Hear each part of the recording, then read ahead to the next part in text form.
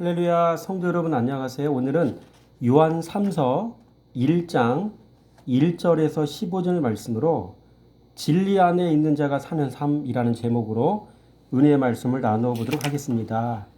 여러분, 오늘 본문은 순회 교사, 즉 진리의 말씀을 가르치는 자를 잘 대접한 인물과 그렇지 않은 자를 통해 진리 안에서 바르게 행하는 자와 그렇지 않은 자를 대조하여 보여주고 있습니다. 그래서 가이오와 디오드레베 두 사람의 행위를 비교하여 진리 안에서의 성도의 바른 태도가 어떤 것인지를 예시해주고 있습니다. 여러분, 먼저 오늘 디오드레베, 이름도 어렵습니다. 디오드레베라는 사람은 어떤 사람이었겠습니까? 그는 한마디로 말하면 악을 행하는 자였습니다. 첫째, 이 디오드레베는 말씀을 가르치는 자를 비방했습니다. 여러분 10절 말씀 한번 보세요. 10절 말씀 볼까요? 그러므로 내가 가면 그 행한 일을 잊지 아니하리라. 그가 악한 말로 우리를 비방하고 오히려 부족하여 형제들 맞아들이지도 아니하고 맞아들이고자 하는 자를 금하여 교회에서 내쫓는도다. 뭐라고 이야기합니까? 악한 말로 우리를 비방했다라고 이야기하죠. 비방했다. 둘째로 이 디오드레베는 말씀을 듣고도 여전히 교만했어요. 9절 말씀 보세요. 내가 두어 절을 교회에 썼으나 그들 중에 으뜸되기를 좋아하는 디오드레베가 우리를 맞아들이지 아니하니. 그렇죠? 일찍이 이 사람에게 편지가 갔다는 얘기예요. 그래서 사도 요한의 분명한 뜻을 알았다는 얘기예요. 근데 들었는데도 어떻게 했어요? 순종하지 않고 여전히 교만했던 거죠. 이 디오드레베라는 사람은요, 스스로 높아지려는 사람이에요. 지도자는 아는데 사람들 안에서 영향력을 미치는 사람이 바로 이 디오드레베였어요. 가만히 생각해 보니까 교회에 돌아가는 상황들을 다 아는 사람이에요. 그런데 자기가 이 공동체 안에서 군림하고 영향력을 행사하는데 사도 요한이 여러분 편지 형식의 글을 통해서 뭔가 간섭하는 것 같고, 그렇죠? 사람들이 그 사도 요한의 이야기를 듣고 순종하는 과정 속에서 자기 말을 듣지 않을 것 같거든요. 다 무시하고 자기 스스로가 그 위에 지도자가 되고자 하는, 군림하고자 하는 그런 사람이자. 그러니까 그런 사람이에요. 그러니까 스스로 높아지려는 사람. 세 번째로 디오드레베는 말씀 가르치는 자를 문전박대했더라고요. 보세요. 9절 말씀에 디오드레베가 우리를 맞아들이지 아니하니. 그렇죠? 문전박대한 거예요. 네 번째로 디오드레베는 믿음의 형제를 또 내쫓았어요. 10절 말씀 보세요. 10절 말씀에 그렇죠?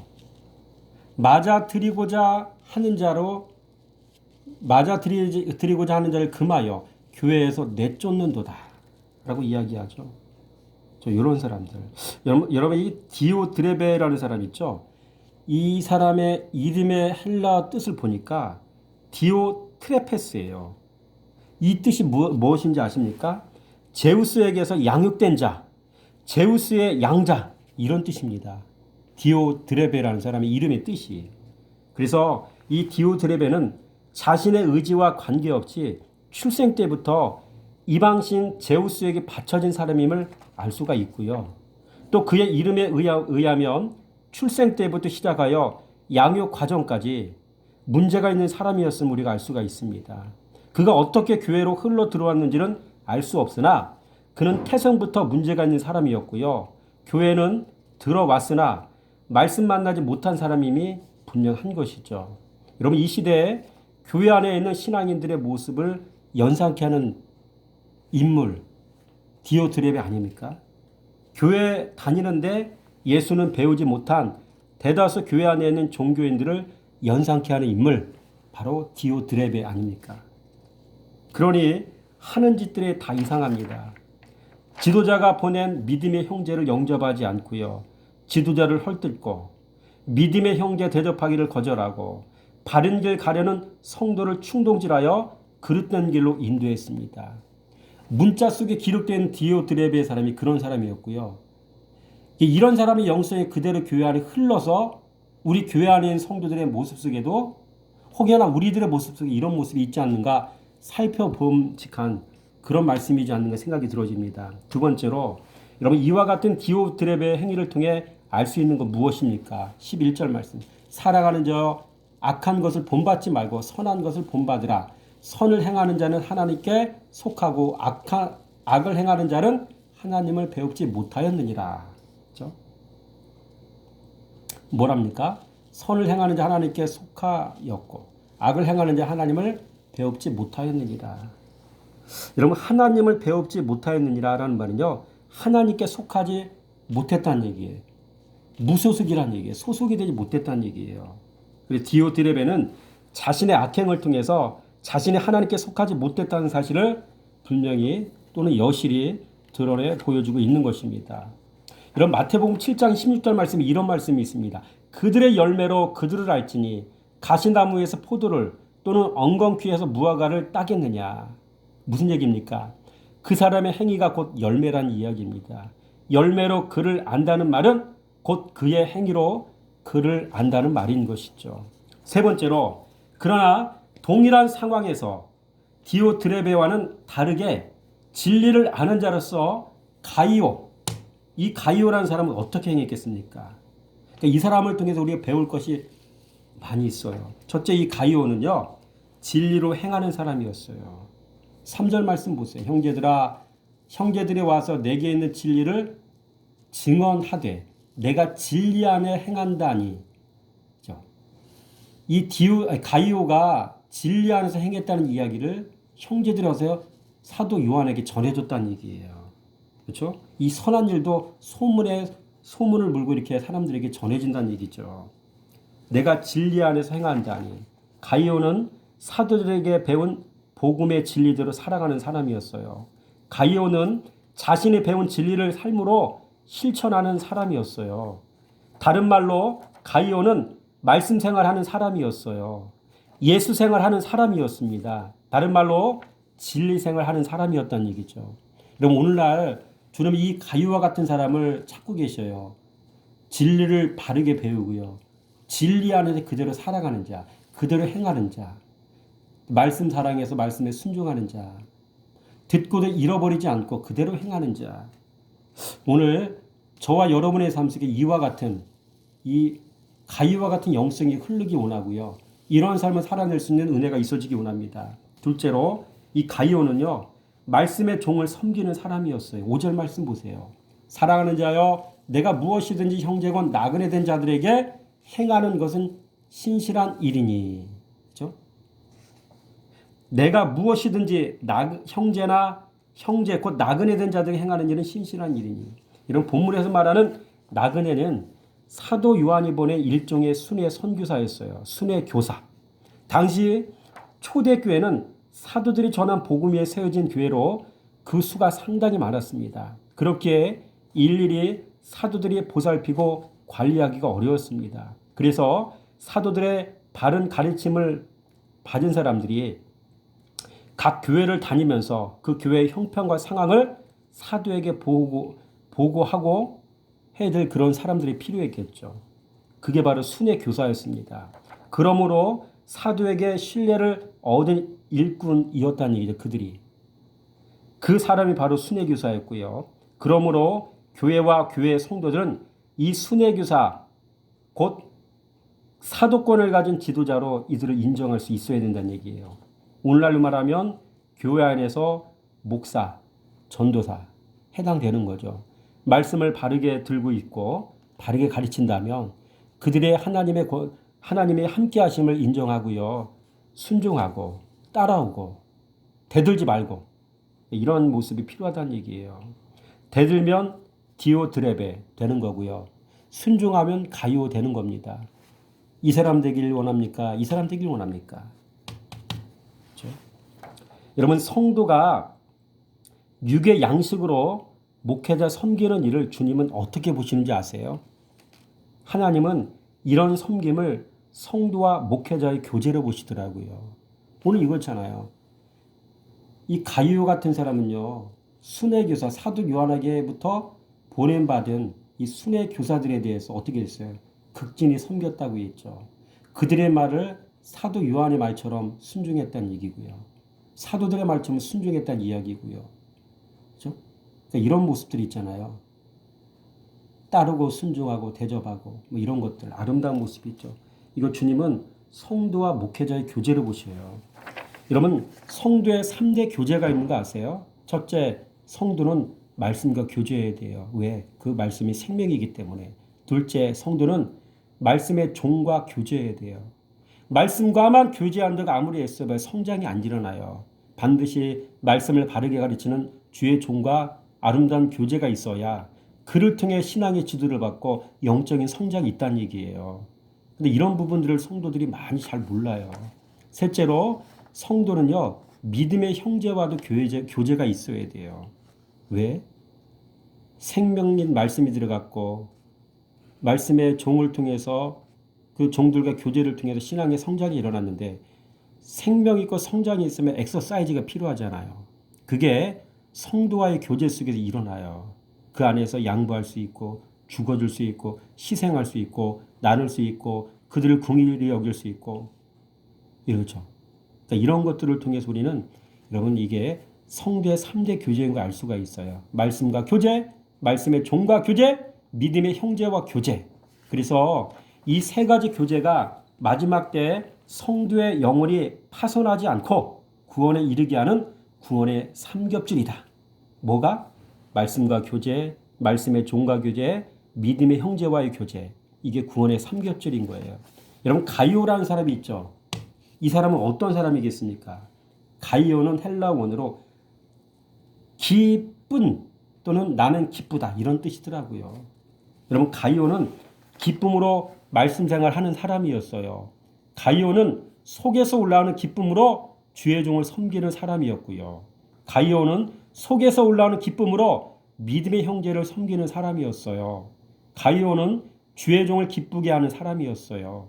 이 가이오는 말씀대로 행하여 주의 종의 마음을 시원케 하는 사람이었습니다. 세 번째로 여러분 가이오는 형제를 사랑하는 사람이었어요. 6절 말씀 보세요. 그들이 교회 앞에서 너의 사랑을 증언하였느니라. 그렇죠. 나는 숨어서 섬기고 봉사하고 사랑했는데 사랑받은 이들이 어떻게 증언한다고 얘기하죠. 참 아름다운 모습이네요. 가이오가. 그렇죠? 행함이 있고 그렇죠? 사랑하는 모습도 있고요. 그렇죠? 아름다운 모습입니다. 여러분 네 번째로 이와 같이 가이오의 행위를 통해 알 수 있는 것은 무엇입니까? 11절 말씀 어디 있을까요? 자, 선을 행하는 자는 하나님께 속하고 선을 행하는 사람들은 하나님께 속한 거예요. 말씀을 사랑하고 주의 종과 아름다운 교제가 있고 믿음의 형제와의 교제가 있고 이 선을 행하는 일이거든요. 이런 과정을 통해서 신앙이 성장하기 때문에 주님은 선한 행위로 보시는 거거든요. 그래서 가이오는 자신의 행위로 자신의 하나님께 속한 사람임을 스스로 증명한 사람이었던 거죠. 아무리 말을 많이 해도 삶이 따르지 않으면 여러분 그거는 검증된 신앙이 아닌 거예요. 여러분 가이오는 진리를 사랑하는 사람이었어요. 가이오는 진리를 전하는 주의 종을 사랑하는 사람이었어요. 가이오는 진리의 종으로 사는 형제를 사랑하는 사람이었습니다. 결국 가이오는 이를 통해 자신이 하나님께 속한 사람임을 증명한 사람이었습니다. 다섯 번째로 가이오와 같이 하나님께 속한 사람에게 주어지는 가장 귀한 복은 무엇일까요? 15절 말씀에 평강이 너에게 있을지어다. 아멘. 평강. 여러분 하나님께 속한 사람들의 공통적인 심령 상태는 심령의 평안이에요. 평안. 그렇죠? 사람들은 재물과 평안이 있으면 평안을 무시해요. 재물을 선택해요. 왜? 평강이 얼마나 소중한지 모르기 때문에. 이것 많은데 이게 없어가지고 두려워서 잠을 못 자는 사람들, 인생을 불안하게 사는 사람 얼마나 많은지 몰라요. 지혜로운 자는요. 재물과 이것 중에 어떤 게 중요한지 잘 아는 사람이에요. 여러분 마지막입니다. 마지막으로 사도 요한이 제시하는 바람직한 교회 지도자는 어떤 조건을 갖춘 사람이어야 될까요? 12절 말씀에 데메드리오는 무사람에게도 진리에게서도 증거를 받았으며 우리도 증언하노니 너는 우리의 증언이 참된 줄 아느니라. 이 중요한 말씀이에요. 이런 말씀 보니까 증언이란 말 나오죠. 증거도 나오고 증언 나오고 또 어디 있어요? 증언 나오고 증언 두 번 나오네요. 그죠? 이렇게 이 증언이라는 말 이 무슨 뜻이냐면 헬라어 원어로 마르티레오 증언하다, 증거하다 이런 뜻이거든요. 다른 말로 증인이 되다. To bear witness. 영어가 정확한지 모르겠어요. To bear witness 이렇게 표현되어 있더라고요. 여러분 첫째로 바람직한 교회 지도자는요. 데메드리오와 같이 모든 사람에게 평판에 좋은 사람이어야 돼요. 무사람에게 증거를 받았음에 이 얘기하잖아요. 12절에 무사람에게 증거를 받았음에 이렇게 이야기하잖아요. 무사람에게 모든 사람에게 교회 안에서도 인정받고 교회 밖에서도 사람들에게 인정받는 사람이란 얘기죠. 교회 밖에서는 인정받는데 교회 안에서 인정 못 받는 사람 가짜예요. 사람들을 속이는 사람이에요. 자기 자신을 속이는 사람이에요. 또 가정에서 인정 못 받는데 교회에서 인정받는 사람도 힘든 사람이에요. 그러니까 이런 사람은 스스로 정말 힘들게 사역하는 사람이에요. 이런 사람은 스스로 정말 힘들게 신앙생활을 하는 사람이에요. 자기 본심을 감추고 신앙생활을 하고 있는 사람인 것이죠. 둘째로 여러분 바람직한 교회 지도자상은요.